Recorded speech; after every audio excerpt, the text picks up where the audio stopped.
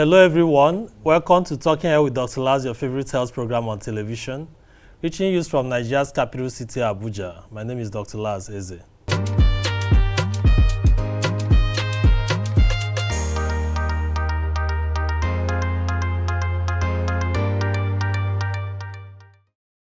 Yes, this is 2022, a pre-election year, and so many activities have been ongoing in Nigeria, especially within the political circles.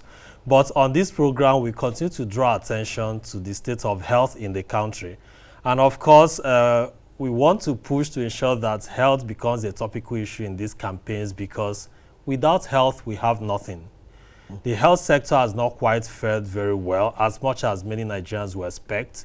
But there's been some progress, no matter how little there are, we must be acknowledging them. On the show today, I have what I would say is a star-studded team. I have two professionals who are very important persons in the health sector, and I also have a health professional, an investment advisor with huge experience on sustainability of investments generally, especially in the private sector. Today, we're going to be looking at the establishment of new University of Medical Sciences, as well as legislations authorizing the establishment of new federal medical centers. And while these are ongoing, of course, you know that the Academic Staff Union of Nigerian Universities are still on strike.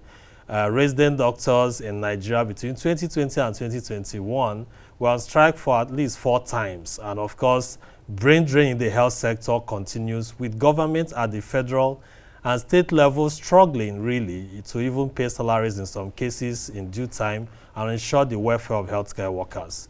So many have argued that perhaps setting up new institutions is not profitable, but the Senate feels otherwise and have good reasons to keep passing these bills authorizing it.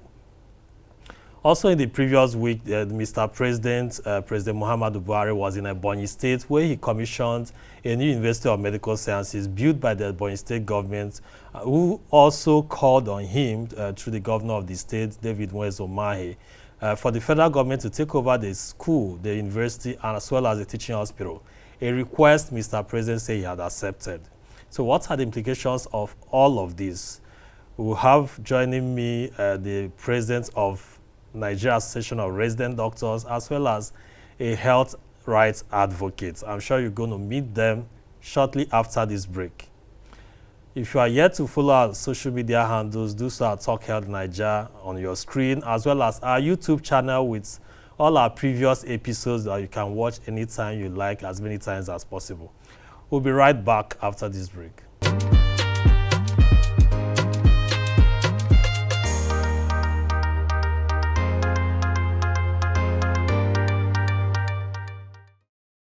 Welcome back to Talking Health with Dr. Laz, your favorite health program on television. Yes, my guests are right here with me in the studio. By my right is Dr. Godiya Ishaya, who is the president of the Nigerian Association of Resident Doctors. He's also a senior registrar at the Department of Internal Medicine, Cardiology Specialty at the Abubakar Tafawa Balewa University in Bauchi. You're teaching hospital in Bauchi. You're welcome to the program. Thank you for having me. All right, thanks to have you. Also on my left is Dr. Henry Ewunonu. He's been on the program before. He's a health rights advocate, and he will be weighing in on this topic. You're welcome to the program once again, sir. It's my pleasure. Thank you, sir. At the second segment, of course, we have a financial expert joining us on the show. Yes, straight to the point. Let me begin with you, Dr. Godiya Ishaya. The Nigerian Association of Resident Doctors, usually in the news in the past couple of years over welfare issues, especially when they go on strike. I'm sure we will not want to go into the NARD issues right now, because there are a lot of it. A full program will be dedicated to that. But on the establishment of the new University of Medical Sciences, let me read what Senator Olori Egwu said, the Senate Committee Chairman on Health, Secondary and Tertiary Health Institutions. He feels the presence of these universities will supply much needed manpower in the healthcare service sector, as well as boost income generation and ensure economic growth. Senator Egwu also said that the huge gap in doctor-patient ratio as well as medical research and production of pharmaceutical services products will be bridged by the establishment of new University of Medical Sciences as well as federal medical centers in the country. So how do you receive this news and what are the implications for residency training in Nigeria? Well, thank you very much for having me once more. Let me start by appreciating you for this wonderful program. We've been following the program for over some time, and it has been so educative and also give the populace a better view of how the health system is and also how people should learn to remain healthy. So this is a very good program. Well, to delve into your question, it is true that we have system of healthcare delivery in the country which has actually been left majorly for the federal government to take care of finance. That's the health of the citizens of the country. So that is because of the collapse of the primary healthcare system and also the secondary healthcare system. So the burden of healthcare delivery now is on the federal government. So you find out that the small or the little federal tertiary health institutions, that is the tertiary hospitals and state tertiary hospitals that we have, are not adequate enough to cater for the health need of the citizens of this country. So there is always so much burden on the limited number of the hospitals that we have, that's the tertiary health care centers that we have, which are actually the hub for almost all the Nigerian patients that go there with even cases as simple as malaria. So this overburden the system. And of course, because the state governments are not doing much aside from states like Lagos and few others, you find out that a lot of patients have to attend the tertiary health services. So these federal tertiary health services, which are able to provide the needed manpower to cater for the health of the citizenry, are not adequate in number, or are not well distributed across the federation. So you now have a situation whereby there is a problem with health delivery in certain areas. So this expansion in the federal tertiary health institution and also federal medical centers, I think is a welcome development, because it will help bridge the gap and also reduce the burden of the patient loads that had to go to the existing one that we are having, which have been overburdened. And of course... Okay, sorry I'm cutting in. Are you not worried that it will further stretch the available resources, given that your association and of course even Nigeria, all healthcare professionals keep demanding for better welfare and better quality of healthcare services and working conditions? Wouldn't establishment of new institutions further stretch the lean resources of the federal government? Well, I don't believe that the failure of the government to meet up some of those our demands were largely because of lack of resources. We have there is this country, I can say the resources are there. It's just misapplication of the resources that most of the time lead to some of the problem that we have. But of course, health is one of the fundamental thing that the government, or the basic thing, necessity that the government is supposed to provide for the Nigerian people. So Okay. if they cannot be able to provide health, then we wouldn't say we have government in place. So those are the things, and of course, establishing the medical schools is also a welcome development, because we get more people employed, and then we now have more trained manpower coming from those medical schools to be able to man these new hospitals that they are springing up. Yes. Okay, thank you very much, Dr. Ishaya. Let me come to you, Dr. Ewunonu. You've heard what he said. He's in support of the setting up of these institutions, and he also highlighted the fact that primary health care is not functioning optimally. So even secondary health facilities under the state government. So the federal government is now trying to expand tertiary institutions to perhaps accommodate more needs for quality health service. So do you agree that this is the way to go in view of the economic crunch, as well as instead of strengthening primary and secondary health, do we need additional tertiary health facilities and institutions of medicine? Well, thank you for inviting me once again. I was looking at a document the other day about the countries with most doctors. And a country there that looks like Nigeria is Cuba. Cuba is reputed to have one of the best doctor-patient ratio, because they are mass-producing doctors, mostly for export. Healthcare delivery in Cuba, I mean, Cuba as a nation does not rank very well as measured by the indices to check the quality of healthcare delivery, meaning that it's just one industry for export, producing doctors.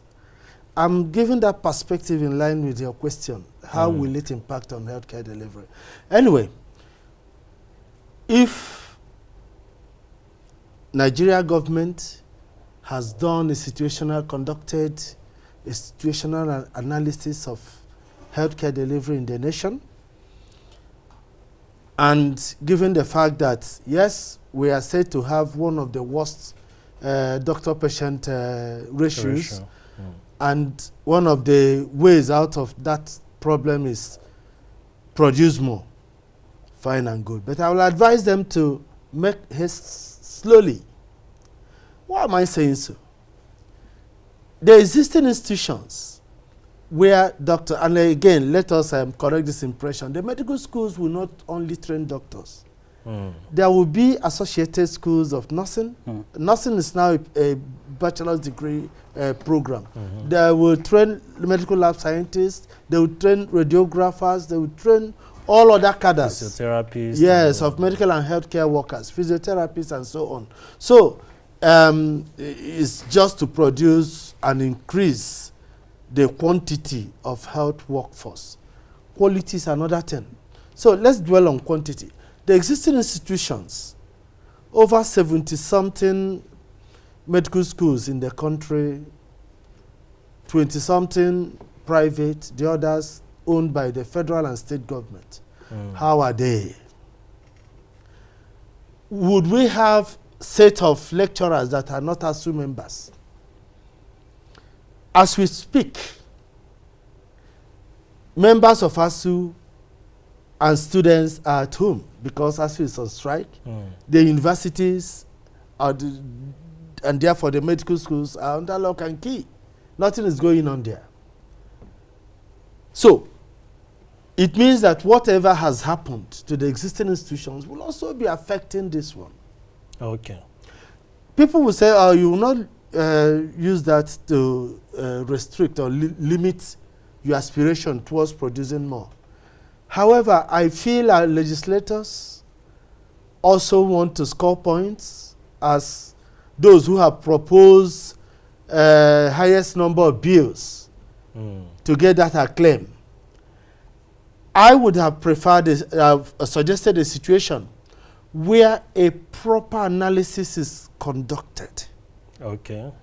What is the situation as regards, because here now you hear of Federal Ministry of Health will quote a number, Medical and Dental Council will quote a number, other people, NMA will quote a number.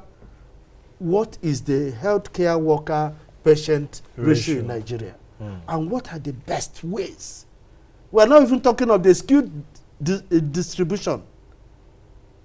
In favor of urban as against rural, and even more in the south compared to then we some produce other them parts for of the country. export. Because many are living in droves. Okay, I think these are very good perspectives. We are going to take a break, and when we return, we're going to be taking opinions from a financial expert, perhaps on how the federal government and as well state governments could make these health institutions more sustainable. Do stay with us, we'll be right back.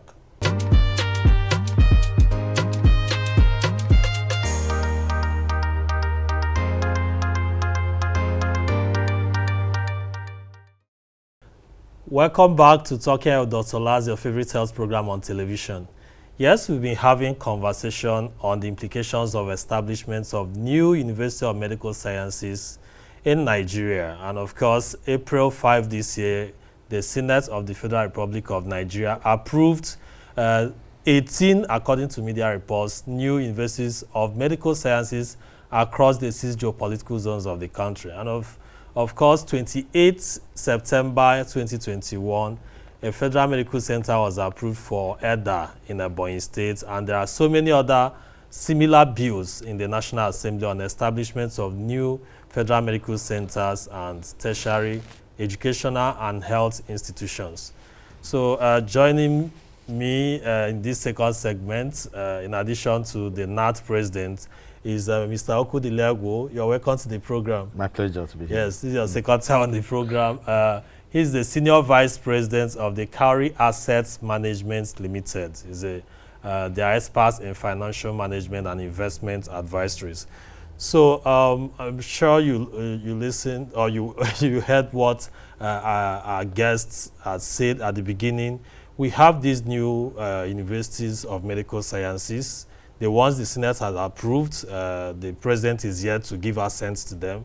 And also the one in Ebonyi State, which we had private conversation, and being from Ebonyi State, the sustainability of that institution having been reportedly taken over by the federal government. So as a financial expert, what are your thoughts around this, and how can we make these institutions sustainable? Okay. The key word here is sustainability. In as much as it is desirable to have many of such institutions, the fact is, can federal government afford them? Can they afford to operate them optimally?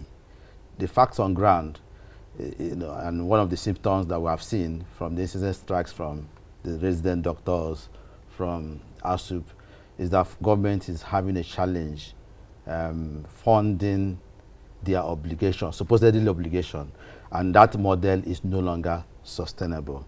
Now, and if you look at, yes, you might desire to have many of these, but the fact is, what is the health of the Nigerian balance sheet, the federal government balance sheet? Is bleeding. As you speak, we are told that about 90% of our federal government revenue is used to service debt alone. So government is not even able to meet recurrent expenditures. So I doubt if government will be able to maintain these new institutions, will be able to provide the needed facilities and the right ambience to sustain the medical facilities to operate at optimal capacity. Level. So, but the NARD president feels it's not a problem of lack of resources, but application of resources. Do you agree with that? One number, the fact is that there's lack of resources. There's lack of resources. Our revenue is dwindling. We are not even able to meet our revenue projections in the last 3 years. Now, the crude oil sales used to be a major point of our revenue. And now we projected, our budget is predicated on 2 million barrels per day. But currently we are producing at less than 1.3 million barrels per day. So we are not even able to benefit from the crude oil hike price hike that is trading well above the benchmark, budgeted benchmark price. You know, as if things were going on well with Nigeria, our excess crude oil, our excess crude account should have swelled by now. But we're not seeing it. So what's the way forward? The way forward is to look for a model that is sustainable. And that model that is sustainable is to bring the private sector. Now, the private sector seeks to utilize efficient allocation of scarce resources. The resources are indeed scarce. They are not available. So the private sector will bring in a model that can optimize the scarce resources and make for efficient allocation of resources. Okay. Government has proven over the time that they cannot run anything efficiently. So we should look at a private-public partnership. Government can look at all that they are putting in place, the land, the physical structures, and all that, as their equity contributions. Why the private sector can bring the management know-how, the technical know-how, you know, and the technology to ensure that these hospitals are better run. And we can, people might be worried about the high cost of providing services where private capital is involved, or where private partnership is involved. That can be ameliorated by ensuring that we have more universal health coverage. Expand the health insurance coverage. Expand the health insurance coverage so that all the health facilities now know that it is the health insurance fund that is funding for their services. So every health facility will now crave to provide services that will make enrollees choose them as their private healthcare providers, and then get service for whatever they have provided from the health insurance fund. But at the moment, we are not sure that the hospitals, the government-operated hospitals, are running as business. Okay, I'll come back to you on that. Let me get the opinion of the NARD president on this. So he proposed public-private partnership on these institutions as the surest way to ensure sustainability. Do you agree with him, sir? Well, yeah, I don't want to contradict what the financial expert have just said, but there are fundamental things that government need to do or to be doing to its citizens when it comes to healthcare provision and other things like security and the rest. Though it's true that there is a place for public-private partnership, but still government have a lot of role to play when it comes to establishment of this federal tertiary health institution.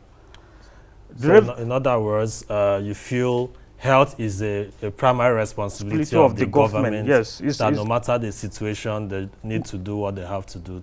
Health is not supposed to, because the problem we are having is like abandonment, or rather abdicating of the responsibility by the government to do what they are needed to do to ensure that these health centers, because I just had the financial experts saying that private hospital, rather public hospital, are not run like private offices, but it is a known fact. We that operate in the hospital, we know that patients don't.